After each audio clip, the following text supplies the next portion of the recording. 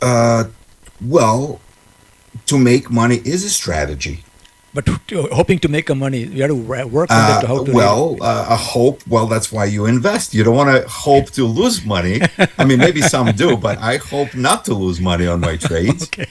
So, All right. unless I'm shorting a particular stock and I'm playing it down, I want for the company to lower, but I will still make the money this way. Okay. Now, those are friends. If you have any questions for Roman Ayospa, please do text on our WhatsApp number +1917 8820 346, and definitely be too glad to answer your questions as we go along.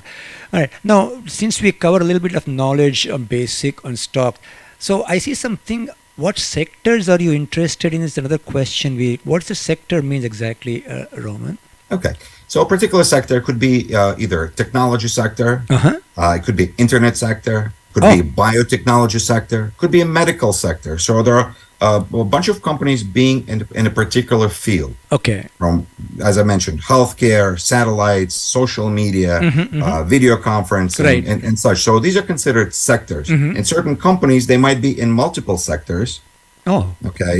So similarly, as we would look at, for example, Tesla, they could be in car business, but they're not necessarily in a car business. They're also in an energy business. Oh, multiple. So they would fall. A particular company may fall in different sectors. But each sector has So got its own kind of what do you call the share, the stock market. They have their own symbols. Tesla, yes, of course.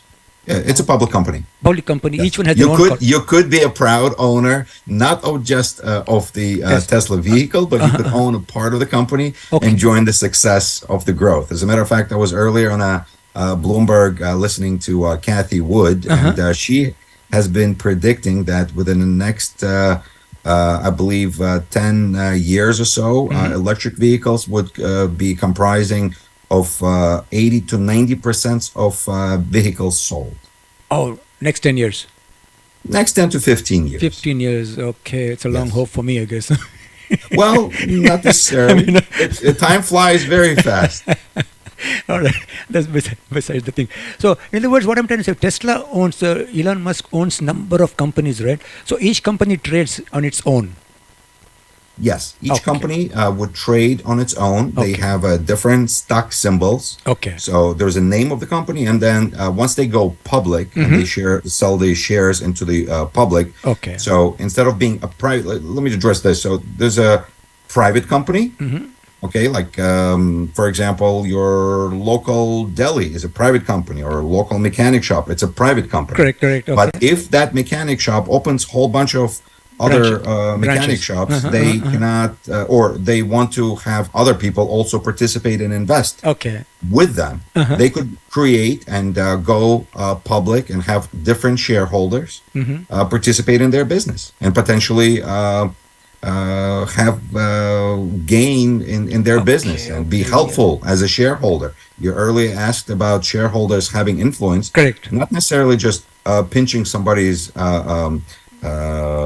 CEO's salary, but shareholders could also be helpful by giving certain suggestions or okay. being a participant and a purchaser of particular products or a service. Oh, that's very interesting concept, I guess. In a way, so sectors could be, as you said, any number of companies, different fields. You mean? So Absolutely. now, actually, being in New York is one of the major stock exchange, I believe, right? So we have to have a brokerage firm to open a market. I mean, to go into stock market, you just can't do on your own. Yes, that's a great question. Nowadays, when I started in the bank, most of the trades were coming in via either the phone calls, our clients used to call in, or you had customers coming into the bank and Right. say, hey, I want to buy X amount of shares of IBM, for example. Right. Or someone would call in to the broker and say, hey, Roman, we would, as a matter of fact, part of my career, I was also on a trading desk. And we were helping investors invest their money into the market. And they would say, hey, Roman, I would like to buy X amount of shares of IBM or Microsoft. And my job was to write it on a piece of paper, Right. give it to our order entry person, where the order would go to the stock market and such. Nowadays, we can do it all through the computers. Nowadays, we could do it all through the mobile devices. They have great apps. great information right at the palm of your fingers. I have a question from one of the viewers. She writes here, what's minimum knowledge and strategy one must have before thinking of getting in the market game? Okay. Well, for one, I would stop thinking it as a game. Okay. So that would be A mistake? well. Let me take it back. Okay. It's a game in a sense that it may play with your mind because you're always trying to learn something. So for me, also market, but in particular, in certain sense, could be a game, but it's a game of me outsmarting the other person. Oh, okay. Because in reality, when you are, and I will return to that question, when you are investing into or purchasing shares of a certain company, somebody has to sell it to you.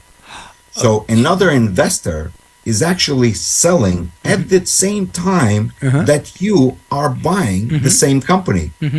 So who is right? The investor that just sold you the shares for, let's say, $100 a share or $10 a share, and then those shares will go to, $200 a share, or that person that sold you earlier, and then it goes down to $2 a share. Oh, So okay.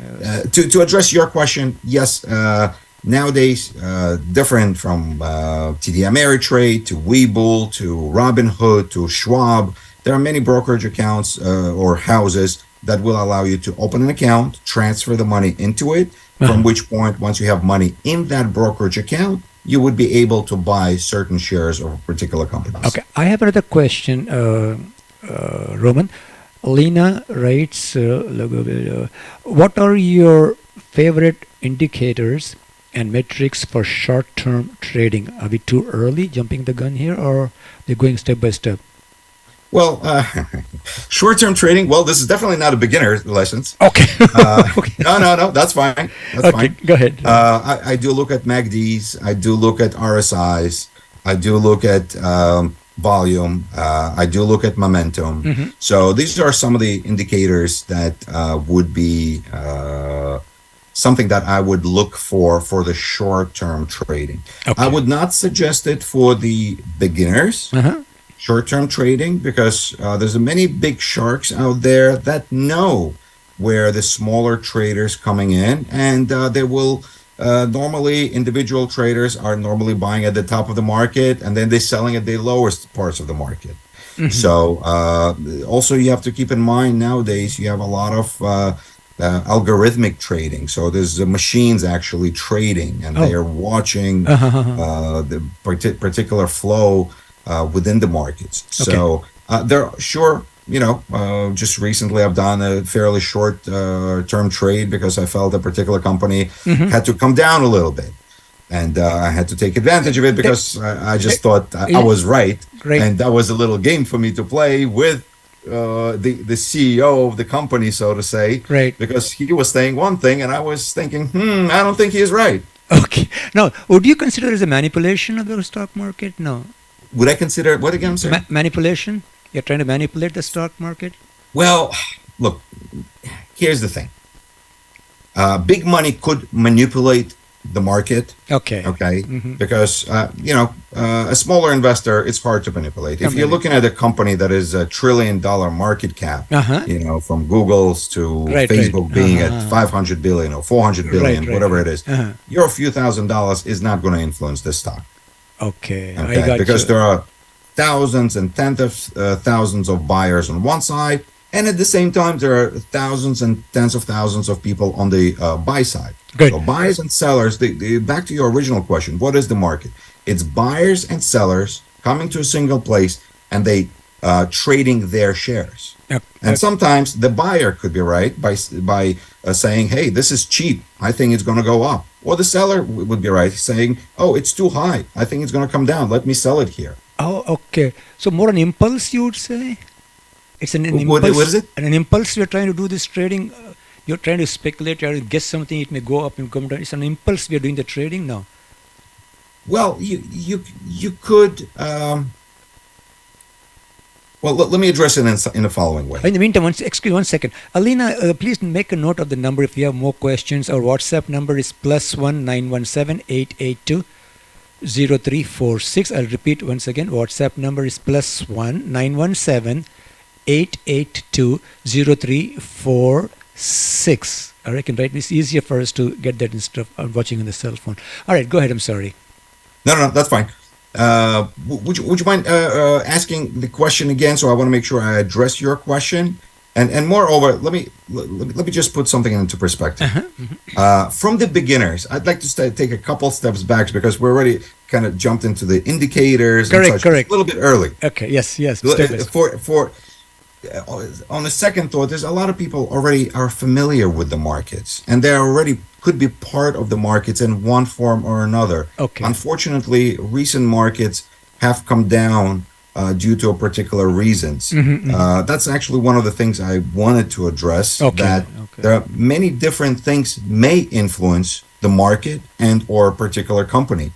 It could be something as big as interest rate increases or decreases. It could be as big as elections.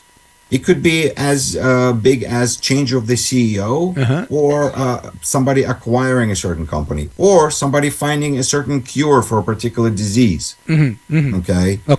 And that may influence a particular investor to do a particular thing.